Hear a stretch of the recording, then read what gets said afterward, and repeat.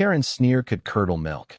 She stood on my lawn, hands on her ample hips, yelling so loud the neighborhood dogs joined the chorus. It was a quiet Thursday in our sleepy suburb, the kind where the most exciting event is the ice cream truck's jingle. But not today.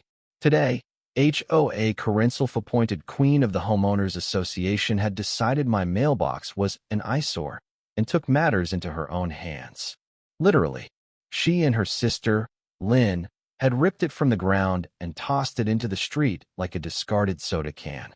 The trouble started weeks ago.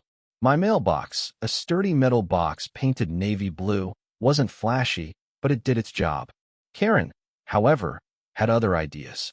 She'd been prowling the neighborhood with her clipboard, her beady eyes scanning for violations of her precious HOA rules. My mailbox, apparently, didn't match the approved aesthetic. Never mind that it was functional, or that I'd lived here for a decade without a peep from anyone. Karen's rulebook was her Bible, and she wielded it like a vengeful prophet. I first heard about her vendetta through Mrs. Jenkins, the sweet old lady next door who grows prize-winning roses. "That Karen woman's been muttering about your mailbox," she whispered over the fence one morning, her eyes wide with worry. "Says it's lowering property values." I laughed it off. Karen's complaints were legendary to many Halloween decorations, untrimmed hedges, a car parked an inch too close to the curb. Nobody took her seriously, or so I thought. The next day, a typed letter arrived, sealed with the HOA's garish logo. "Your mailbox violates Section 3.2.7 of the HOA guidelines. Replace it within 7 days or face fines." It was signed, in looping, ostentatious script, Karen Gwynn, HOA president. I rolled my eyes and tossed it in the recycling. Big mistake. Karen didn't take kindly to being ignored. By day 5, she was knocking on my door, her sister Lynn in tow, both dressed in matching pastel tracksuits that strained at the seams. "You're making this neighborhood look like a slum," Karen barked, her voice dripping with disdain. Lynn nodded like a bobblehead, clutching a measuring tape as if she were about to survey my property. I tried to stay calm. "Karen, it's just a mailbox. It's been here for years. Nobody else cares." Her eyes narrowed. "I care, and I'm in charge." She stormed off, leaving me with a sinking feeling that this wasn't over. It wasn't. That Thursday, I was working from home when I heard a commotion outside. Peering through my living room window, I saw Karen and Lynn wrestling my mailbox from its post. Karen's face was red with effort, her oversized earrings jangling as she yanked. Lynn, smaller but just as vicious, kicked at the base like it had personally insulted her. With a final heave, they uprooted it and hurled it into the street, where it landed with a sickening crunch. Papers, bills, letters, a birthday card from my mom spilled across the asphalt. I bolted outside, my heart pounding. "What the hell are you doing?" I shouted. Karen spun around, unfazed. "This is what happens when you defy the HOA," she snapped, her voice so loud it echoed off the houses. Lynn chimed in. "You should have listened." Before I could respond, the mailman, a kind guy named Tony who'd been delivering our mail for years, pulled up in his van. He stepped out, his face a mix of confusion and concern as he surveyed the wreckage.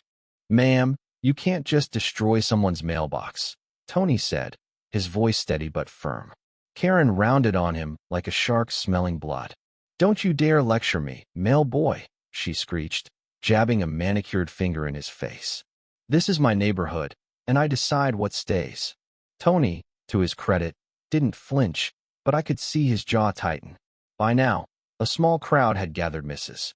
Jenkins, clutching her pruning shears, and a young couple from down the street, one of them filming on their phone. I was furious, but I knew arguing with Karen was like wrestling a pig in mud. You get dirty, and the pig enjoys it. So I pulled out my phone and called the police. Karen didn't notice. She was too busy berating Tony, who was trying to salvage my scattered mail. "You're incompetent," she yelled. "This whole postal service is a disgrace." Lynn egged her on, tossing insults like confetti. The crowd grew, their murmurs turning to gasps as Karen's tirade escalated. She didn't care who was watching. In her mind, she was untouchable. The cops arrived 10 minutes later, 2 officers in a patrol car. By then, Karen had worked herself into a frenzy, her voice hoarse but unrelenting. The officers, a seasoned woman named Officer Ruiz and a younger guy who looked like he'd rather be anywhere else, stepped out and took in the scene. A toppled mailbox, a screaming HOA tyrant, and a mailman trying to do his job. "What's going on here?" Ruiz asked, her tone calm but authoritative. Karen didn't miss a beat. "This man," she said, pointing at Tony, "is aiding and abetting a violation of HOA rules. And that," she gestured at me, "is the delinquent who started it all." I couldn't help it. I laughed. The absurdity of it all was too much. Officer Ruiz raised an eyebrow. "Ma'am, are you admitting to damaging private property?" Karen froze, her mouth opening and closing like a fish out of water. Lynn, sensing trouble, tried to backtrack. "We were just moving it," she stammered. Tony spoke up, his voice steady. "I saw them rip it out and throw it into the street. They've been yelling at me ever since I got here." The couple with the phone handed it over, showing the video they'd recorded. Karen's face paled as Ruiz watched the footage, her expression hardening. "This isn't about HOA rules," Ruiz said. "This is vandalism. And you're harassing a federal employee." Karen's bravado crumbled.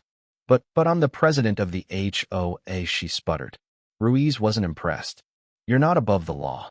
The officers cuffed Karen and Lynn, who were now sobbing and pleading, their pastel tracksuits looking less like armor and more like clown costumes.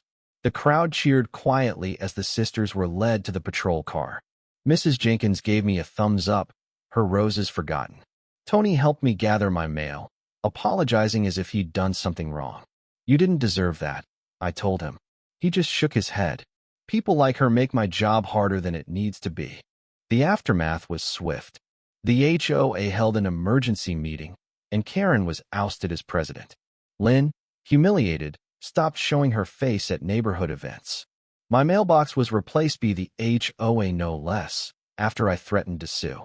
The story spread like wildfire, thanks to the viral video. Karen and Lynn became the neighborhood pariahs, their names synonymous with petty tyranny. I heard they moved a few months later, unable to handle the whispers and side-eyes. But the real lesson wasn't in their downfall. It was in the quiet moments after Mrs.